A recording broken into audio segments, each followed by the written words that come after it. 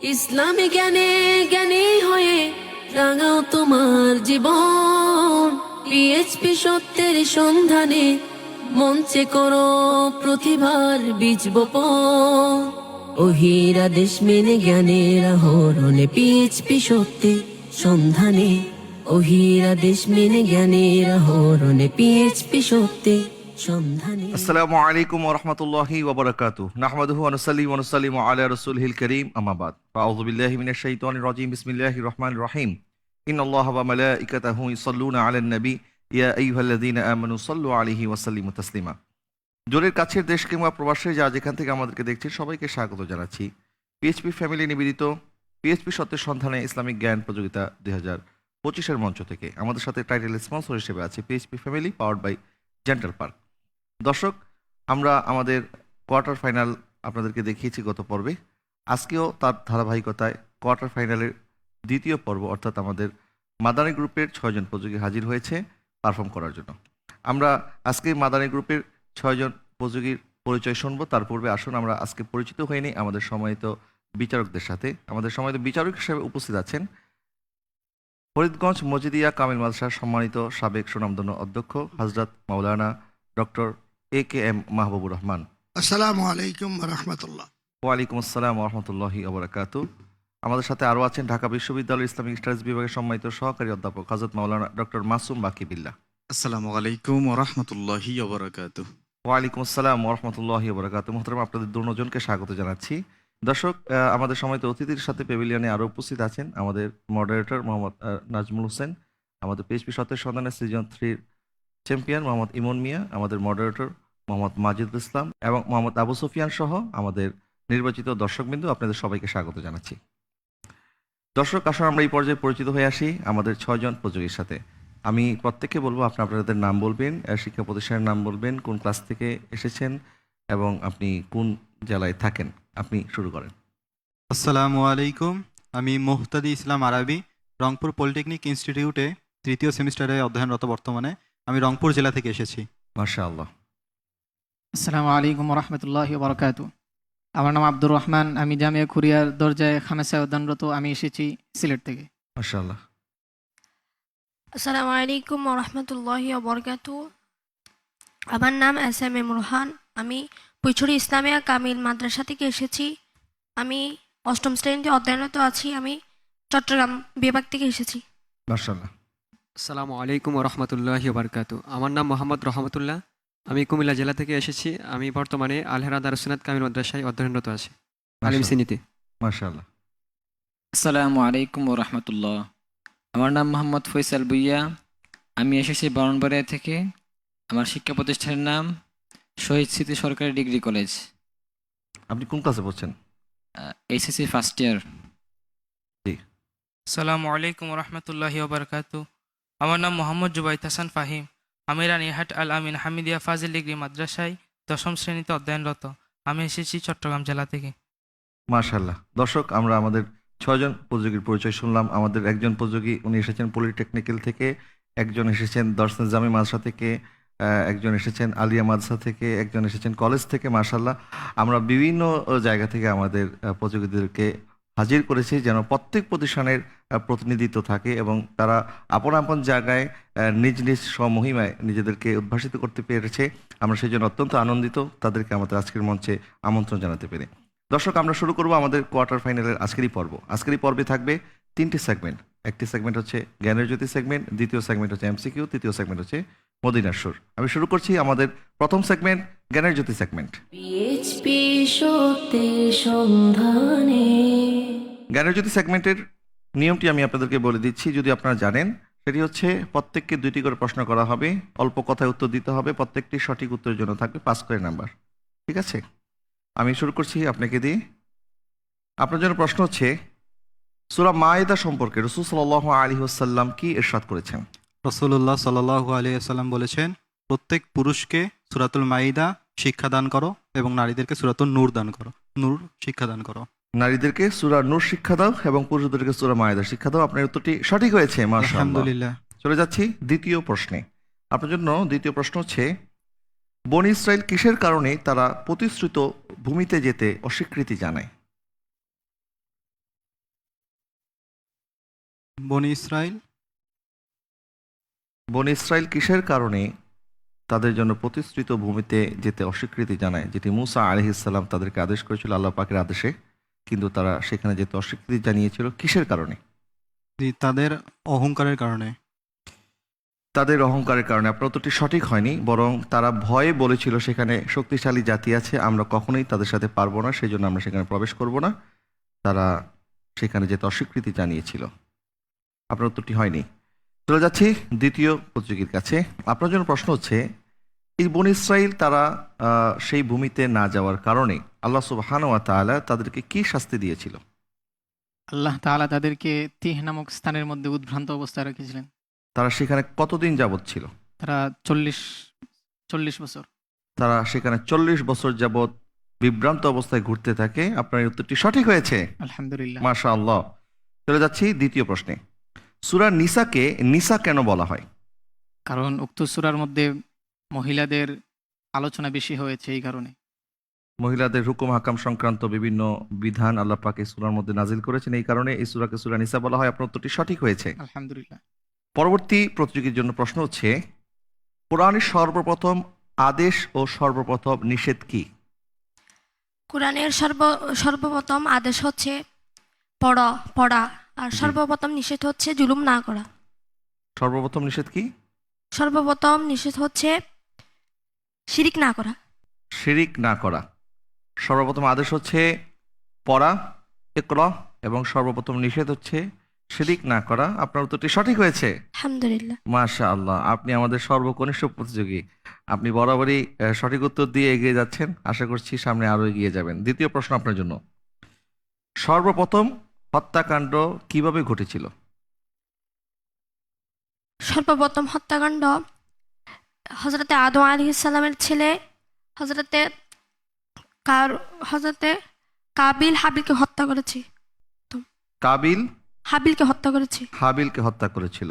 কাবিল হাবিলকে কেন হত্যা করেছিল ঠিক আপনি জানেন? কিসের কারণে? বিবাহ করার। যদি আপনার উত্তরটি হয়ে গেছে, আমি জাস্ট আপনাকে জিজ্ঞেস করলাম আপনি জানেন কিনা বিষয়টা। কাবিল হাবিলের নিজের বোনকে বিয়ে করতে চেয়েছিল, জি। এবং সে মূলত হাবিলের প্রতি হিংসাত্মক মনোভাব রাখত। হিংসার কারণে সে তার ভাইকে হত্যা করেছে। আপনার উত্তরটি সঠিক হয়েছে। আলহামদুলিল্লাহ। চলে যাচ্ছি আমাদের পরবর্তী প্রতিযোগীর কাছে। আপনার জন্য প্রশ্ন হচ্ছে, রাসূল সাল্লাল্লাহু আলাইহি ওয়াসাল্লাম কোন দুইটি জিনিসকে শিফা হিসাবে আবশ্যক মনে করতে বলেছেন? নবী করিম সাল্লাল্লাহু আলাইহি সাল্লাম কোরআন এবং মধুকে শিফা হিসাবে আবশ্যক মনে করতে বলেছেন। আমি এই পর্যায়ে চলে যাচ্ছি আমাদের সম্মানিত বিচারক হযরত আল্লামা মাওলানা ডক্টর AKM মাহবুবুর রহমান হুজুরের কাছে। আমাদের প্রতিযোগী সঠিক উত্তর দিয়েছে কিনা, পাশাপাশি আরেকটি বিষয় মোহতারামের কাছে প্রশ্ন রাখতে চাই। অনেকে যখন অসুস্থ হয়ে যায় তখন মনে করে কেউ মনে হয় আমাকে তাবিজ করেছে বা বান মেরে আমাকে অসুস্থ বানিয়ে দিয়েছে। আবার অনেক অসুস্থ হয়ে গেলে বিভিন্ন জনের কাছে গিয়ে তাবিজ তালাশ করে। তো তাবিজ গ্রহণ করা এটি জায়েজ কিনা, বা তাবিজ গ্রহণ করলে কোনো গুনাহ হবে কিনা, এই বিষয়টা যদি একটু বলেন। আলহামদুলিল্লাহ ওয়াসসালাতু ওয়াসসালামু আলা রাসূলিল্লাহ ওয়া আলা আলিহি ওয়া সাহবিহি আজমাইন। আপনার প্রতি উত্তর সঠিক হয়েছে। মাশাআল্লাহ। আলহামদুলিল্লাহ। মধু রাসূলুল্লাহ সাল্লাল্লাহু আলাইহি ওয়াসাল্লাম বারবার কোরআন শরীফে আছে। তারপরে কোরআনে কারীম ফি শিফাউল লিন্নাস, কোরআন স্পষ্ট বলেছে কোরআন হলো সবার জন্য শেফা। জি আরও আছে অনেক, কোনো কোনো কিতাবে কালোজিরের কথা বলা হয়েছে। জি এটা একটা। আর তাবিজ, যেটা তাবিজ বাবে তাফিলের মাসদার কুল আউযু বিরাব্বিল ফালাক, কুল আউযু বিরাব্বিন নাস, তাওয়াজ যেটা জি আল্লাহর কাছে পানা চাওয়া। রাসূল পাক সাল্লাল্লাহু আলাইহি ওয়াসাল্লাম জাদুগ্রস্ত হয়েছে, তাতে বোঝা গেল মানুষ জাদুগ্রস্ত হতে পারে। জি তারপরে সেটা শেফার জন্য আল্লাহ তাআলা সূরা ফালাক এবং নাস 11টি আয়াত বিশিষ্ট আপনার সূরা দুইটা নাজিল করলেন, এবং আল্লাহর হাবিব এই সূরা দুইটা সবসময় শরীরে ফু দিয়ে গায়ে মধ্যে মুছতেন। জি হাদিস শরীফে আছে আয়েশা সিদ্দিকা। তাহলে তাবিজও আছে, শেফাও আছে। এখন তাবিজ অনেকে প্রশ্ন করে তাবিজ করা শিরক, এটা তাদের অজ্ঞতাই বলবো আমি। তারা যাকে উস্তাদ মানে ইবনে তাইমিয়া, আল্লামা ইবনে তাইমিয়া ইন্তেকালের পরে তার গলার মধ্যে তাবিজ পাওয়া গেছিল। এটা ইতিহাস সাক্ষ্য, আল্লামা জাহাবি লিখেছেন, এবং বহু টাকা এটা কি হয়েছে নিলাম উঠছেন এই তাবিজটা নেওয়ার জন্য। উমর ফারুক রাদিয়াল্লাহু তাআলার সময় হেরাক্লিয়াস বাদশাহ মাথা ব্যথা অস্থির, কিছুই করতে পারছে না, তো চিঠি লিখলেন যে আপনাদের কাছে কোনো চিকিৎসা আছে কিনা, যে আমার মাথা ব্যথা কোনো ভালো হচ্ছে না, যত ডাক্তার দেখে ভালো হচ্ছে না। উমর রাদিয়াল্লাহু তাআলা একটা টুপির ভিতরে ছোট্ট করে বিসমিল্লাহ লিখে একটা আলাদা কাপড়ে ওটা সেলাই করে দিয়েছেন। হেরাক্লিয়ার যখন এটা মাথা দিত মাথা ব্যথা নাই, যখন টুপিটা খুলতো মাথা ব্যথা শুরু হইতো। অনেকদিন এভাবে গেছে, দেওয়ার পরে সে আর টুপি শোয়ার সময় টুপি মাথায় শুইত, কারণ মাথা ব্যথা না লাগে। একদিন হঠাৎ করে চিন্তা করলো এর মধ্যে কী আছে যে এটা মাথায় দিলে আমার মাথা ব্যথাটা বন্ধ হয়ে যায়। জি, তখন একদিন খুলে দেখে যে ছোট্ট একটা কাপড়ের মধ্যে বিসমিল্লাহ লেখা আছে। সুবহানাল্লাহ। সুবহানাল্লাহ। তো এতে প্রমাণ হয় কোরআন শেফা এবং চিকিৎসা আছে। এখন যে এই যেটা বললেন আপনি, অনেকে শরীরে অসুখের লেগে তাবিজ করছে, খারাপ করছে, হ্যাঁ এটা একটা ধারণা। শরীরে তাবিজ করছে কিনা সেটার আলাদা চিকিৎসা আছে, যারা এক্সপার্ট তাদের কাছে গিয়ে দেখতে হবে যে তাবিজ করছে কিনা, জাদু মন্ত্র করছে না, জাদু আক্রান্ত হয়েছে কিনা। আন্দাজে একটা ধারণা করে আপনার এটা করা যাবে না। জি, তবে আপনি একটা জিনিস আছে যেটা মনে করেন এই পাথর, তারপরে আপনার চামড়ার উপরে বিভিন্ন জিনিসের গুণাগুণ মনে করে তারা ব্যবহার করে, এটাকে আপনার নিষেধ করা হয়েছে। জি। না, কোরআন শেফা, দোয়া শেফা, বুজুর্গ আদিন যেগুলো আমল করে সেগুলি শেফা, কিন্তু ওই যে পাথরের গুণ অমুকের গুণ এটা কিন্তু নিষেধ করা হয়েছে, এটা গ্রহণ করা যাবে না। মোহতারাম, অনেক তান্ত্রিক আছে, মানুষজন বিপদে পড়লে তান্ত্রিকের কাছে যায়, তো তাবিজ গ্রহণ করার ক্ষেত্রে কার কাছে যাওয়া যাবে, কার কাছে যাওয়া যাবে না, এই বিষয়ে তাবিজ যদি একটু গ্রহণ বলেন। করার ক্ষেত্রে যাইতে হবে যারা কোরআন বিশেষজ্ঞ এবং এই সাবজেক্ট এক্সপার্ট। জি। তান্ত্রিকের কাছে যাওয়া যায় না। তান্ত্রিকের জাদু আক্রান্ত, এমন জাদু যেটা কামরুকামিকের জাদু বা কুফুরি কালাম, জি, সেখানে অনেক সময় এই আপনার এই শেফা অনেক সময় হয় না। এই জন্য ওই তান্ত্রিক কাছে গিয়ে নিজেকে রক্ষা করার জন্য জায়েজ আছে, যে আমরা জাদু আক্রান্ত করলে সেখানে ওই তান্ত্রিকরা পরীক্ষা করে ওটা কেটে দেয়, কাটার সিস্টেম আছে, জি। ওটা জায়েজ আছে। কিন্তু অন্য কাউকে জাদু করা, জাদু আক্রান্ত করে, এটা সম্পূর্ণ আপনার নাজায়েজ এবং কবিরা গুনাহ।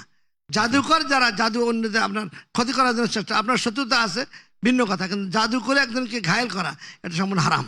মোহতারাম, আরেকটি বিষয় যে অনেক তান্ত্রিক এমন এমন শব্দ লেখে যেটা হচ্ছে শিরিক পর্যায়ে পড়ে বা কুফরি পর্যায়ে পড়ে, সেরকম শিরিক বা কুফরি কোনো লেখা কোনো তাবিজ শরীরে যদি পড়ে কেউ নামাজ পড়ে, সেক্ষেত্রে নামাজ হবে কিনা? নামাজ হবে, কিন্তু তাবিজ কুফরিটা যেটা কুফরি যেটা লেখে আপনার লাগানো হয়েছে গার মধ্যে, এটা কুফরি কালাম মুসলমান ব্যবহার করতে পারে না। হ্যাঁ, যদি প্রমাণিত হয় এক্সপার্ট দ্বারা যে এই শরীরে কুফরি আছে, জাদু আছে, এখন জাদু সারানোর জন্য যে ব্যবহার করে দেয়, এটা হলো আপনার ইজা যেটা দেয়, কষ্ট দেয়, সেটাকে লিবাল করার জন্য। জি, আমাদের সম্মানিত বিচারক, আপনার উত্তরটি সঠিক বলেছেন, আপনি 5টি নাম্বার অর্জন করেছেন। চলে যাচ্ছি আপনার জন্য দ্বিতীয় প্রশ্নে। আপনার জন্য দ্বিতীয় প্রশ্ন হচ্ছে, হযরত আদম আলাইহিস সালামকে কি বিশেষ জ্ঞান দান করা হয়েছিল? হজরত আদম আলাইহিস সালামকে সব কিছুর নাম শিখিয়ে দেওয়া হয়েছিল। সব কিছুর নাম শিখিয়ে দেওয়া হয়েছিল। আপনার উত্তরটি সঠিক হয়েছে, আলহামদুলিল্লাহ। মাশাআল্লাহ। চলে যাচ্ছি আমাদের পঞ্চম প্রতিযোগীর কাছে। আপনার জন্য প্রশ্ন হচ্ছে, সূরা তাওবার শুরুতে বিসমিল্লাহির রহমানির রহিম নাই কেন? সূরা তাওবার শুরুতে বিসমিল্লাহির রহমানির রহিম নাই কেন? কারণ হলো জিবরাইল আলাইহিস সালাম বিসমিল্লাহ নিয়ে আসেননি এবং হুজুর আকরাম সাল্লাল্লাহু আলাইহি সাল্লাম লিখতে আদেশ দেননি। হযরত জিবরিল আলাইহিস সালাম বিসমিল্লাহ নিয়ে আসেননি এবং হুজুর সাল্লাল্লাহু আলাইহি ওয়াসাল্লাম বিসমিল্লাহ লিখতে আদেশ করেননি, সেই জন্য সূরা তাওবার শুরুতে বিসমিল্লাহির রহমানির রহিম নাই। আপনার এই উত্তরটি সঠিক হয়েছে, মাশাআল্লাহ। আলহামদুলিল্লাহ। দ্বিতীয় প্রশ্ন আপনার জন্য, জাহিলি যুগের কবিদের সম্পর্কে আল্লাহ তাআলা কি বলেছেন? জাহিলিয়াত যুগের কবিদের সম্পর্কে আল্লাহ তাআলা বলেছেন, তারা এত উদ্ভ্রান্ত যে তারা কি বলে তারা কিছুই জানে না, তারা কিছুই করতে পারে না। তারা কি বলে তারা নিজের সম্পর্কে তারা জানে না। নিজের সম্পর্কে জানে না। আপনি স্পেসিফিক ভাবে যদি একটু বলেন। তারা কি বলে তারা নিজেরও তা করতে পারে না, তারা নিজেরাও তা জানে না। তারা বিপদগামী, তারা উদ্ভ্রান্ত, তারা এমন কথা বলে যা নিজেরা করে না। জি। আমাদের সম্মানিত বিচারক তার প্রশ্নের উত্তরে আপনি ওনাকে 5 নম্বরে কত নাম্বার দিবেন, একটু জনাব আল্লামা ডক্টর কে মাহবুব রহমান হুজুর যদি একটু বলেন। উত্তর মোটামুটি আসছে, তবে ক্লিয়ার করতে পারেন না আর কি। জি। আসলে জিনিসটা সে বুঝছে, এটা বোঝা জি, গেছে। জি। আপনি 5 নম্বরে দিতে পারেন। জি, আপনাকে 5 নাম্বার দেওয়া হচ্ছে। আলহামদুলিল্লাহ। মাশাআল্লাহ। চলে যাচ্ছি সর্বশেষ প্রতিযোগীর কাছে। আপনার জন্য প্রশ্ন হচ্ছে, তাবুকের যুদ্ধকে জাইশুল উসরাত কেন বলা হয়? তাবুকের যুদ্ধকে জাইশুল উসরা বলা হয় কারণ জাইশুল উসরা মানে হচ্ছে কঠিন অভাবের যুদ্ধ। এই যুদ্ধে মুসলমানরা কঠিন অভাবে পতিত হয়েছিল, তাই তাবুকের যুদ্ধকে জাইশুল উসরার যুদ্ধ বলা হয়। জাইশুল উসরাত বলা হয়। আপনার উত্তরটি সঠিক হয়েছে। আলহামদুলিল্লাহ। দ্বিতীয় প্রশ্ন আপনার জন্য, মুতার যুদ্ধে মুসলমান সৈন্যবাহিনীকে বিদায় দেওয়ার জন্য রাসূল সাল্লাল্লাহু আলাইহি ওয়াসাল্লাম কতদূর পর্যন্ত তাশরিফ নিয়েছিলেন?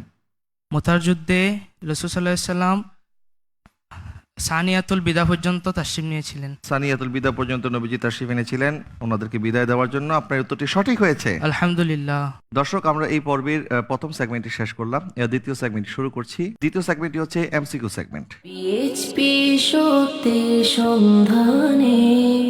এমসিকিউ সেগমেন্টের নিয়ম আমি আপনাদেরকে বলে দিচ্ছি। আপনাদেরকে একটি করে প্রশ্ন করা হবে, 45 সেকেন্ড সময় থাকবে প্রশ্ন করা থেকে শুরু করে। 4টি অপশনের মধ্যে সঠিক উত্তরটি আপনাদেরকে বলতে হবে। সঠিক উত্তরের জন্য থাকবে 5 নাম্বার করে। ঠিক আছে, আমি শুরু করছি আপনার থেকে। আপনার জন্য প্রথম প্রশ্ন, রাসূল সাল্লাল্লাহু আলাইহি ওয়াসাল্লামকে শহীদ করার উদ্দেশ্যে যখন হযরত ওমর রাদিয়াল্লাহু তাআলা আনহু বের হন তখন তার বয়স কত ছিল? অপশন 1 25 বছর, অপশন 2 27 বছর, অপশন 3 30 বছর, অপশন 4 35 বছর।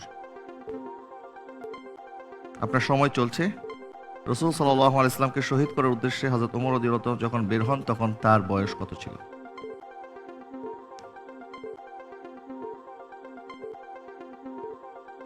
আলহামদুলিল্লাহ, আমি অপশন বেছে নিচ্ছি 2 27 বছর। অপশন 2 27 বছর 27 বছর। লক করে দেব?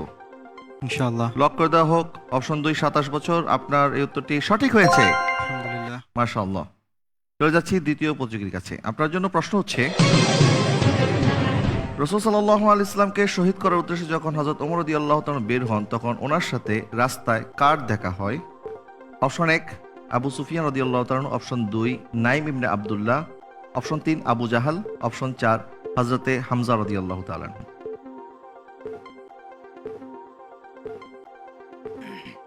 আপনার সময় চলছে। রাসূল সাল্লাল্লাহু আলাইহি ওয়াসাল্লামকে শহীদ করার জন্য যখন হযরত ওমর বের হয়েছেন রাস্তায় কার সাথে দেখা হয়েছিল? আলহামদুলিল্লাহ, এর উত্তর হবে 2 হযরত নাঈম ইবনে আব্দুল্লাহ। হযরতে নাইম ইবনে আব্দুল্লাহ রাদিয়াল্লাহু তাআলা আনহু। আপনার এই উত্তরটি কি আমরা লক করব? জি, লক করি। লক করে দেওয়া হোক। নাইম ইবনে আব্দুল্লাহ উনি কি বলেছিলেন আপনার কি জানা আছে? উনি বলেছিলেন যে আগে নিজের ঘরের মানুষদেরকে ঠিক করো, তারপর মুহাম্মদের কাছে। জি, নিজের কারণ ঘরের আপনার- কথা কেন বলেছেন? কারণ আপনার ভগ্নিপতি আর আপনার মেয়ে, আপনার বোন ইসলাম গ্রহণ করেছে। উনি সর্বপ্রথম হযরত ওমর রাদিয়াল্লাহু তাআলাকে সংবাদ দিয়েছিল এবং এটার মাধ্যমেই ওনার মনের অবস্থার পরিবর্তন হয়েছিল। আপনার এই উত্তরটি সঠিক হয়েছে। আলহামদুলিল্লাহ। মাশাআল্লাহ। চলে যাচ্ছি আমাদের তৃতীয় প্রতিযোগীর কাছে। আপনার জন্য প্রশ্ন হচ্ছে,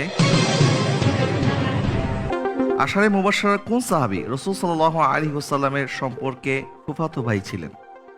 অপশন 1 হযরত তালহা বিন উবাইদুল্লাহ রাদিয়াল্লাহু তাআলা আনহু, অপশন 2 হযরত জুবাইর বিন আওয়াম রাদিয়াল্লাহু তাআলা আনহু, অপশন 3 হযরত সাদ বিন আবি ওয়াক্কাস রাদিয়াল্লাহু তাআলা আনহু, অপশন 4 হযরত আব্দুর রহমান ইবনে আউফ রাদিয়াল্লাহু তাআলা আনহু। সময় চলছে। আশারে মুবাশশারা কোন সাহাবী রাসূল সাল্লাল্লাহু আলাইহি ওয়াসাল্লামের ফুফাতো ভাই ছিলেন? অপশন 2 জুবাইর ইবনে আওয়াম। জুবাইর ইবনে আওয়াম রাদিয়াল্লাহু তাআলা আনহু। জি লক করতে চাচ্ছেন? জি। লক করে দেওয়া হোক হযরত জুবাইর বিন আওয়াম রাদিয়াল্লাহু তাআলা আনহু। আপনার এই উত্তরটিও সঠিক হয়েছে। আলহামদুলিল্লাহ। মাশাআল্লাহ। চলে যাচ্ছি আমাদের চতুর্থ প্রতিযোগীর কাছে। সবাই সঠিক উত্তর দিয়েছে, আশা করি আপনি সঠিক উত্তর দিবেন। আপনার জন্য প্রশ্ন হচ্ছে, আমিনুল উম্মাহ কোন সাহাবীকে বলা হয়? অপশন 1 হযরত আবু বকর সিদ্দিক রাদিয়াল্লাহু তাআলা আনহুকে, অপশন 2 হযরত ওমর রাদিয়াল্লাহু তাআলা আনহুকে, অপশন 3 হযরত আবু উবাইদা বিন জাররাহ রাদিয়াল্লাহু তাআলা আনহুকে, অপশন 4 হযরত ওসমান রাদিয়াল্লাহু তাআলা আনহুকে। আমিনুল উম্মাহ কোন সাহাবীকে বলা হয়?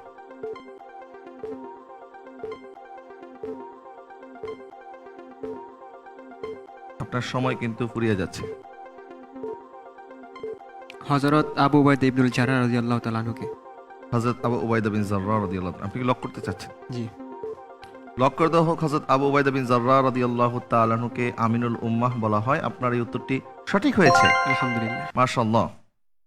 পঞ্চম প্রতিযোগী। আপনার জন্য প্রশ্ন হচ্ছে, মুআল্লিমুল উম্মাহ কোন সাহাবীকে বলা হয়? অপশন 1 হযরত আবু হুরায়রা রাদিয়াল্লাহু তাআলা আনহুকে, অপশন 2 হযরত আব্দুল্লাহ ইবনে মাসউদ রাদিয়াল্লাহু তাআলা আনহুকে, অপশন 3 হযরত আনাস ইবনে মালিক রাদিয়াল্লাহু তাআলা আনহুকে, অপশন 4 হযরত মুআজ ইবনে জাবাল রাদিয়াল্লাহু তাআলা আনহুকে। মুআল্লিমুল উম্মাহ কোন সাহাবীকে বলা হয়?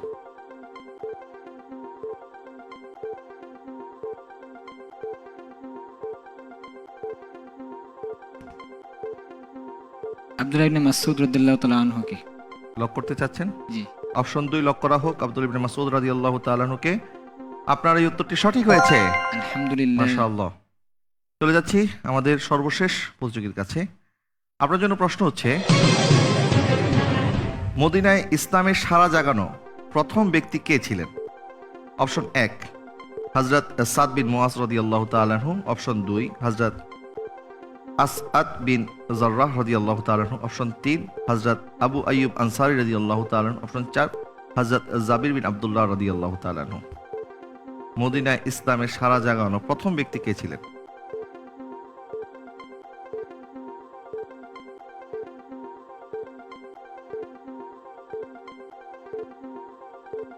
আপনার সময় চলছে। হযরত আসাদ বিন জাররা রাদিয়াল্লাহু তাআলা আনহু। হযরত আসআদ বিন জাররাহ রাদিয়াল্লাহু তাআলা আনহু। লক করে দিবেন? জি ইনশাআল্লাহ। জি, লক করে দেওয়া হোক। অপশন 2। আপনার উত্তরটি সঠিক হয়েছে। আলহামদুলিল্লাহ। মাশাআল্লাহ, আমাদের 6 জন প্রতিযোগী প্রত্যেকেই সঠিক উত্তর দিয়েছে। মাশাআল্লাহ, মারহাবা। আপনাদের সবাইকে ধন্যবাদ, সবাইকে সঠিক উত্তর দেওয়ার জন্য। দর্শক, পরবর্তী সেগমেন্টে যাওয়ার আগে আমি একটু সম্মানিত বিচারকের কাছে যেতে চাই। আমাদের সম্মানিত বিচারক হযরত মাওলানা ডক্টর মাসুম বাকিবিল্লাহ হুজুর, আপনার কাছে জানতে চাই, আমাদের যে প্রতিযোগীরা সাহাবায়ে কেরামের বিভিন্ন গুণাবলী সম্পর্কে যেই প্রশ্নগুলি করা হয়েছিল, তারা সেই প্রশ্নের সঠিক উত্তর দিয়েছে। তো আহলে সুন্নাত ওয়াল জামাতের আকীদায় সাহাবায়ে কেরামের প্রতি আমাদের কি বিশ্বাস স্থাপন করা দরকার? সাহাবায়ে কেরামকে সত্যের মাপকাঠি মনে করতে হবে কিনা, বা সাহাবায়ে কেরামকে কিভাবে মান্য করতে হবে, সেই বিষয়টা যদি একটু আপনি বলেন। আলহামদুলিল্লাহি রাব্বিল আলামিন, ওয়াসসালাতু ওয়াসসালামু আলা আশরাফিল আমবিয়া ওয়াল মুরসালিন ওয়া আলা আলিহি ওয়া আসহাবিহি আজমাইন। অত্যন্ত চমৎকারভাবে আজকে আমাদের প্রতিযোগী বৃন্দ যারা আছেন, আমি খেয়াল করলাম এত চমৎকার কোশ্চেন এবং অনেকটাই কঠিন, অনেক বেশি জানা না থাকলে আসলে এভাবে আনসার দেওয়ার মতো না। মনে হচ্ছিল যে অনেক বেশি পড়াশোনা করে আসছেন এবং এই বিষয়গুলোর উপর দিন রাত পরিশ্রম করে আসলে ওনারা এই প্ল্যাটফর্মে এসেছেন। এটি চমৎকার একটি ব্যাপার। জি। বিশেষ করে আমাদের এই প্রোগ্রাম যারা দেখছেন এবং দেখবেন, যুব সমাজের প্রতি একটা বার্তা এটি, উৎসাহ এটি, যে বিশেষ করে সাহাবায়ে কেরামদের বিষয়ে জানা, তাদের বিষয়ে শিখা এবং সেখান থেকে নিজের জীবনের কর্মপদ্ধতিকে ঠিক করা, বাস্তবায়ন করা অনেক বড় একটি পাওয়া হবে আজকের এই প্রোগ্রাম। তো আপনি যেটি বললেন যে সাহাবায়ে কেরামদের যে মর্যাদা, এটি আসলে কিভাবে, কি রকম, বা আহলে সুন্নাত ওয়াল জামাতের এই বিষয়ে কোথায়, অবস্থান কোথায়? দেখুন, আল্লাহ রাব্বুল আলামিন সূরা তাওবার 100 আয়াতের মধ্যে যেটি ইরশাদ করেছেন, রাদিয়াল্লাহু আনহুম ওয়া রাদু আন, আল্লাহ একটি স্বীকৃতি দিচ্ছেন একটা নির্দিষ্ট জাতিকে, সম্প্রদায়কে, যে আল্লাহ রাব্বুল আলামিন তাদের উপর সন্তুষ্ট হয়ে গেছেন এবং তারাও আল্লাহ রাব্বুল আলামিনের উপর সন্তুষ্ট হয়ে গেছেন। এটা কারা? এটি কিন্তু আল্লাহ রাব্বুল আলামিন রাসূল পাক সাল্লাল্লাহু আলাইহি ওয়াসাল্লামের সাহাবী যারা ছিলেন তাদেরকে উদ্দেশ্য করে বলছেন, এবং তাদের মর্যাদা এবং তাদের স্বীকৃতি হচ্ছে এই আয়াতে কারিমা। কোরআনের আরেক জায়গায় আল্লাহ রাব্বুল আলামিন বলেন যে ইয়া আইয়াতুহান নাফসুল মুতমাইন্না ইরজিই ইলা রাব্বিকি রাদিয়াতাম মারদিয়া। আল্লাহ বলছেন নফসে মুতমাইন্নার মানুষদেরকে, অর্থাৎ উঁচু মানবিকতার মানুষদেরকে, উন্নত মানুষদেরকে ডাকছেন যে তোমরা রাদিয়াতাম এবং মারদিয়ার দিকে আসো, অর্থাৎ তোমরাও আমার প্রতি সন্তুষ্ট থাকবে, আমি আল্লাহও তোমাদের প্রতি সন্তুষ্ট থাকবে। এটি একটি মাকামের জায়গা। তা এবং সেই মাকামের বিষয়টি যেটি ডাকছেন আল্লাহ, আহ্বান করছেন, এটি স্বীকৃতি আল্লাহ রাব্বুল আলামিন নিজেই যে সম্প্রদায়কে দিচ্ছেন তারা হচ্ছেন সাহাবায়ে কেরাম। রাসূল পাক সাল্লাল্লাহু আলাইহি ওয়াসাল্লাম ইরশাদ করেন, আসহাবি কান নুজুম, আমার সাহাবীরা হচ্ছে তারকা সদৃশ। অর্থাৎ যখন নাবিক সমুদ্রের মধ্যে পথ হারিয়ে ফেলে, তখনকার সময়ে একটি তারকাকে তাদের দিক নির্দেশক, সহায়ক মনে করে রাস্তা চলতেন।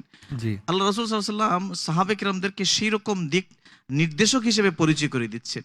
আপনার উমর ইবনে খাত্তাব রাদিয়াল্লাহু তাআলা একবার বলছিলেন, ইয়া রাসূলুল্লাহ, আপনার পরে সাহাবায়ে কেরামরা যদি মতানৈক্য তৈরি হয় নিজেদের মধ্যে, আমরা সেটা কোনটাকে ধরবো? নবীজি বললেন, আমার সাহাবীরা যদি পারস্পরিক বিভিন্ন মতের মধ্যে দাঁড়িয়ে যায়, তাহলে দুটোকেই আল্লাহ রাব্বুল আলামিন গ্রহণ করবেন।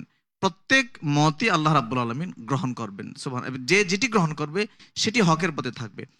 একটি বিশেষ কথার উপর আমি ফোকাস করতে চাই।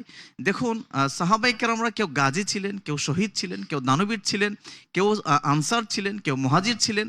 এক একজন এক একটি জায়গায় স্পেশালিস্ট ছিলেন, কিন্তু সবগুলি পরিচয় ছাপিয়ে ম্লান হয়ে তাদের একটি পরিচয় পৃথিবীর কিয়ামত পর্যন্ত শ্রেষ্ঠত্বের জায়গায় চলে এসেছে, সেটি কি? তারা সাহাবী, অর্থাৎ রাসূল পাক সাল্লাল্লাহু আলাইহি ওয়াসাল্লামের সাথী হয়েছিলেন। আরেকটি ব্যাপার আমি এখানে কোট করতে চাই যে আপনি যদি রাসূল পাক সাল্লাল্লাহু আলাইহি ওয়াসাল্লাম এর সফলতা, ক্রেডিট যদি আপনি বিশ্লেষণ করতে চান যে আল্লাহ রসুল পৃথিবীতে এসেছেন, ওনার স্পেশাল একটা ক্রেডিট কি, তাহলে আপনি এই সাহাবায়ে কেরামদেরকে দেখানো যাবে পুরো পৃথিবীবাসীর উপর যে ওমর ইবনুল খাত্তাবকে দেখো, যিনি খলিফা হওয়ার পরেও তিনি জবাবদিহিতার বিষয় কোথায়, তিনি বলেছিলেন যে ফুরাতের নদীর পারে যদি একটি কুকুরও না খেয়ে মারা যায় আমি তার জন্য দায়ী মনে করি। এরকম খলিফা বানিয়ে গিয়েছিলেন। অন্ধকার যুগ থেকে যে মানুষগুলিকে পৃথিবীর সারা মানুষে পরিণত করেছিলেন, এই ক্রেডিট কিন্তু আমার নবীজির দিকে যাচ্ছে। সুতরাং সাহাবায়ে কেরামদের প্রতি সর্বোচ্চ সম্মান, শ্রদ্ধা, ভালোবাসা এটি আহলে সুন্নাত ওয়াল জামাতের অন্যতম দাবি। আরেকটি বিষয় বলবো, সেটা হচ্ছে সাহাবায়ে কেরামদের কোনো ধরনের সমালোচনা ইসলাম এটি গ্রহণ করে না, এবং তাদের সম্মানটা এটি ইমানের একটি অংশ। আল্লাহ রসুলের সাহাবায়ে কেরামদের মর্যাদা দেওয়া, প্রত্যেকটি সাহাবীকে তারা স্ব জায়গায় সুমহান, কোনো সমালোচনা করা যাবে না। প্রত্যেক ইমানের দাবি হচ্ছে তাদের প্রতি পূর্ণ শ্রদ্ধা, ভালোবাসা, মহব্বত রাখা। অনেক অনেক ধন্যবাদ মোহতারাম আপনাকে। জি, আমাদের সময় তো বিচারক, আপনিও কিছু বলবেন। আমি খুব সংক্ষেপে একটু যোগ করতে চাই, একটা উদাহরণ দিয়ে। জি, একজন সাহাবী রাদিয়াল্লাহু তাআলা আনহু মনে করেন 10টার সময় মুসলমান হয়েছেন, হুজুরের হাতে হাত দিয়ে। জি, 11টার সময় ইন্তেকাল হয়েছে। আমি দর্শক যারা যেখান থেকে শুনতে বলবো, এই 1 ঘন্টা তিনি দুনিয়াতে ছিলেন। এই সাহাবী নামাজ পড়েন নাই, রোজা রাখেন, কোনো ইবাদত করেন নাই, কিন্তু হুজুরের হাতে হাত দিয়ে মুসলমান হয়েছে। এখন আপনি কি বিচার করবেন? বড় পীর আব্দুল কাদের জিলানীর মধ্যে যদি 1 লক্ষ বড় পীর আব্দুল কাদের জিলানী হয়, ওই সাহাবীর মর্যাদা সমান হবে? না, হবে না। তাহলে সাহাবায়ে কেরামকে আমল দিয়ে মাপা যাবে না। সাহাবারা হুজুর পাকের চেহারা মোবারক দেখছেন, শরীরটা নুরানি হয়েছে। সুবহানাল্লাহ। সাহাবা হুজুর পাককে দেখছেন, তার মর্যাদা এমনি অটো সিস্টেমে বাড়ছে। মেয়ারা হাকির প্রশ্নটা, এটা একটা বোকামি। সাহাবায়ে কেরাম হকের উপরে প্রতিজনের সাহাবায়ে থাকতে পারেন না। জি, তাদের পরস্পরে যে কোনো কথায় বিতর্ক হইতে পারে, সেটার তাবিল করতে হবে যে কি কারণ হয়েছে, হঠাৎ করে ফতুয়া দেওয়া যাবে না। তো একজন সাহাবী কোনো আমল না করিয়া যদি বড় সাহেবের মতো বা তাবিন লাখ লাখ তাবিজ থেকে মর্যাদা বেশি হয়, তার সমালোচনা আপনি কোন মুখে করেন? লজ্জা করে না? আপনার কি এলেম কালাম নাই কিছু? সাবধান থাকতে হবে, সাহাবায়ে কেরামকে সমালোচনা করা যাবে না। ধন্যবাদ। জি। দর্শক, আমরা শুরু করবো মদিনার সুর সেগমেন্ট। তার আগে আসুন আমরা একটি নাত রাসূল সাল্লাল্লাহু আলাইহি ওয়াসাল্লাম শুনে আসি। আর নাত রাসূল সাল্লাল্লাহু আলাইহি ওয়াসাল্লামটি পরিবেশন করার জন্য আমাদের মঞ্চে আমন্ত্রিত উপস্থিত হচ্ছেন বিশিষ্ট শায়ের আহলে সুন্নাত মাওলানা মোহাম্মদ হারুন রশিদ কাদেরী। মঞ্চে আসছেন মাওলানা হারুন রশিদ কাদেরী। পিএইচপি সত্যের সন্ধানে মঞ্চে করো প্রতিভার বীজ বপন। আসসালামু আলাইকুম। কেমন আছেন? আলহামদুলিল্লাহ, ভালো আছি। জি, পিএইচপি সত্যের সন্ধানে सबा मुस्तफा से कह देना, गम के मारे सलाम कहते हैं, याद करते हैं तुमको शामो सहर, दिल हमारे सलाम कहते हैं।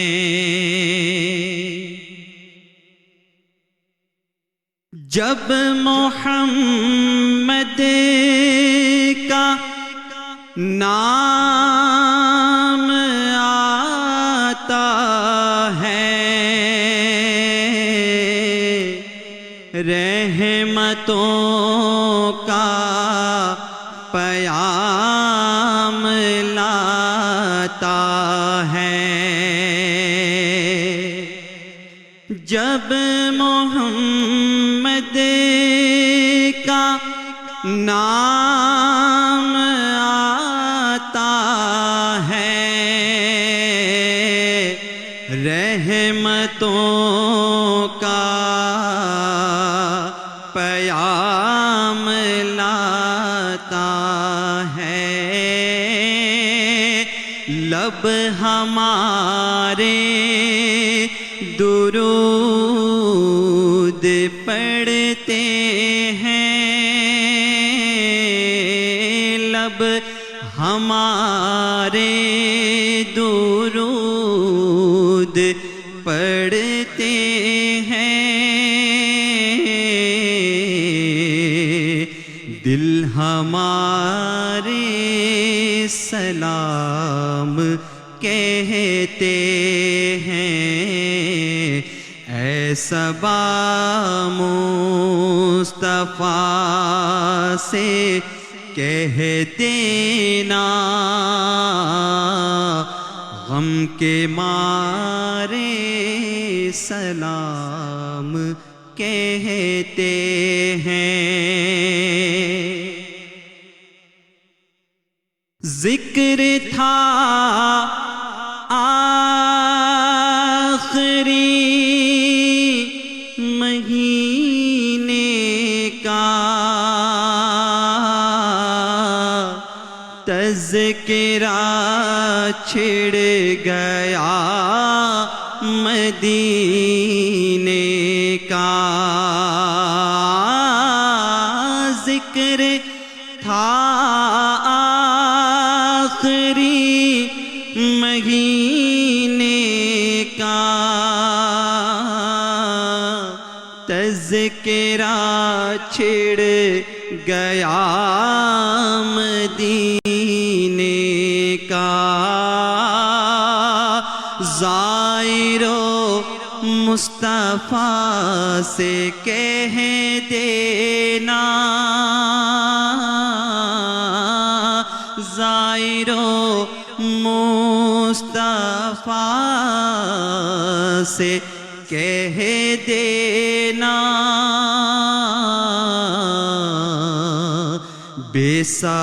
बेसहारे सलाम कहते हैं। ऐसा मुस्तफा से कह देना, गम के मारे सलाम कहते हैं।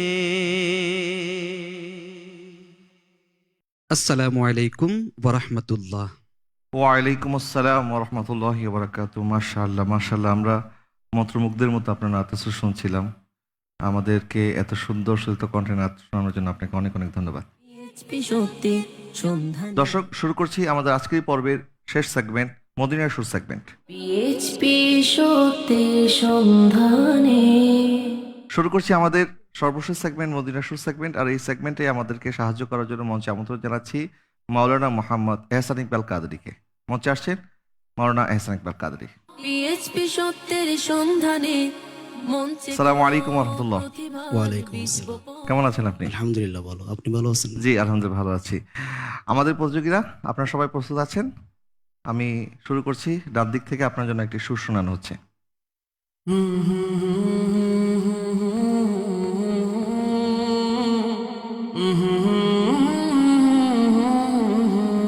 জি, এ বাতাস আমায় তুমি নিয়ে যাও না, যেথায় শুয়ে আছে নূরে মদিনা। আমরা একটু শুনে আসি আপনার কণ্ঠে। আল্লাহু আল্লাহু আল্লাহু আল্লাহু আল্লাহু আল্লাহু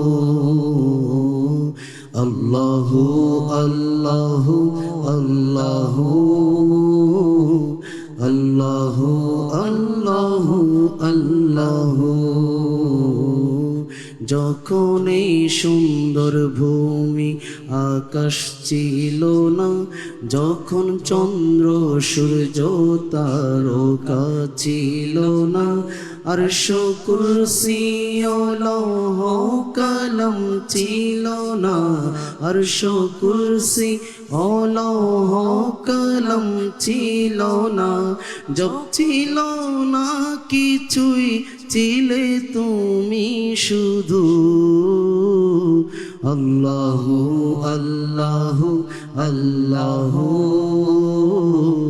আল্লাহু আল্লাহু আল্লাহু। জি, আপনি সুরটি ধরতে পারেননি।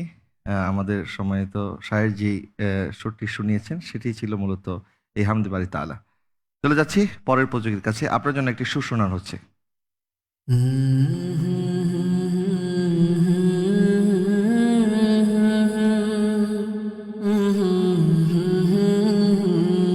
জি বলুন।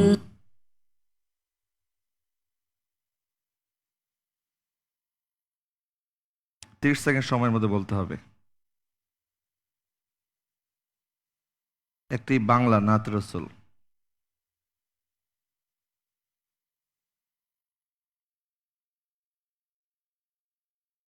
পারবেন? আপনি একটু বলে দিন। তাওহীদেরি মুর্শিদ আমার, মুহাম্মাদের নাম মুর্শিদ, মুহাম্মাদের নাম। ওই নাম জপলে বুঝতে পারি খোদাই কালাম মুর্শিদ, মুহাম্মাদের নাম। এটি ছিল কবি কাজী নজরুল ইসলামের খুবই জনপ্রিয় একটি নাত রসুল, তাওহীদের মুর্শিদ আমার মুহাম্মাদের নাম। চলে যাচ্ছি পরের প্রতিযোগীর কাছে, আপনার জন্য একটি সুর শোনানো হচ্ছে।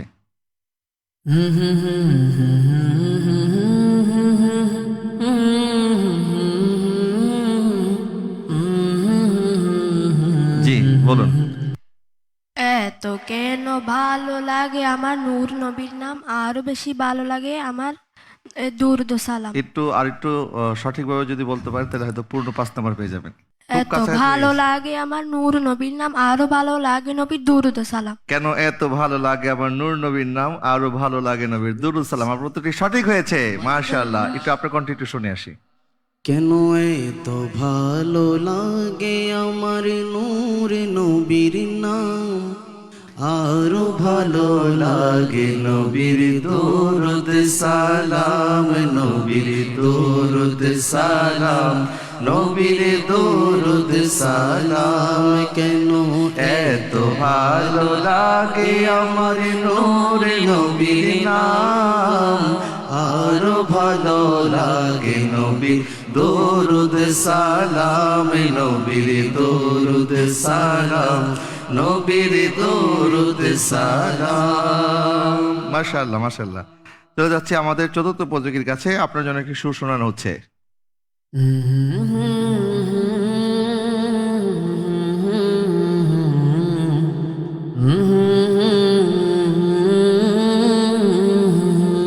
জি বলুন। একটি উর্দু নাত রসুল। পারবেন? পারবেন না, আপনি একটু বলে দিন। अपने दामन शफात में छुपाए रखना, अपने दामन शफात में छुपाए रखना, मेरे सरकार मेरी बात बनाए रखना। আপনি দামান শাফাত মে চুপায়ে রাখনা। চলে যাচ্ছি আমাদের পঞ্চম প্রতিযোগী, আপনার জন্য একটি সুর শোনানো হচ্ছে।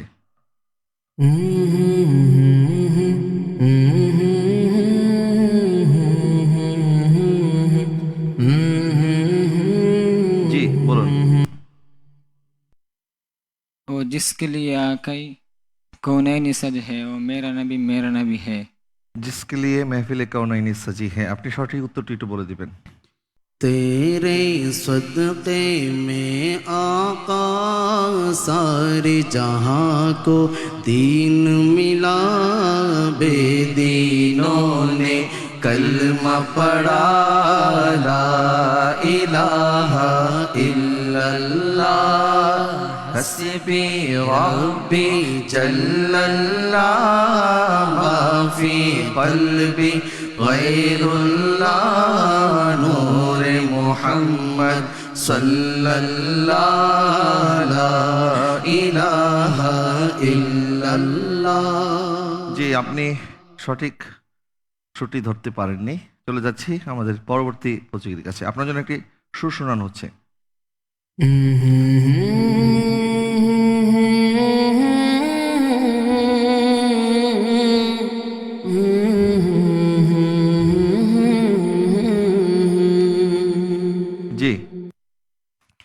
উর্দু নাত রসুল।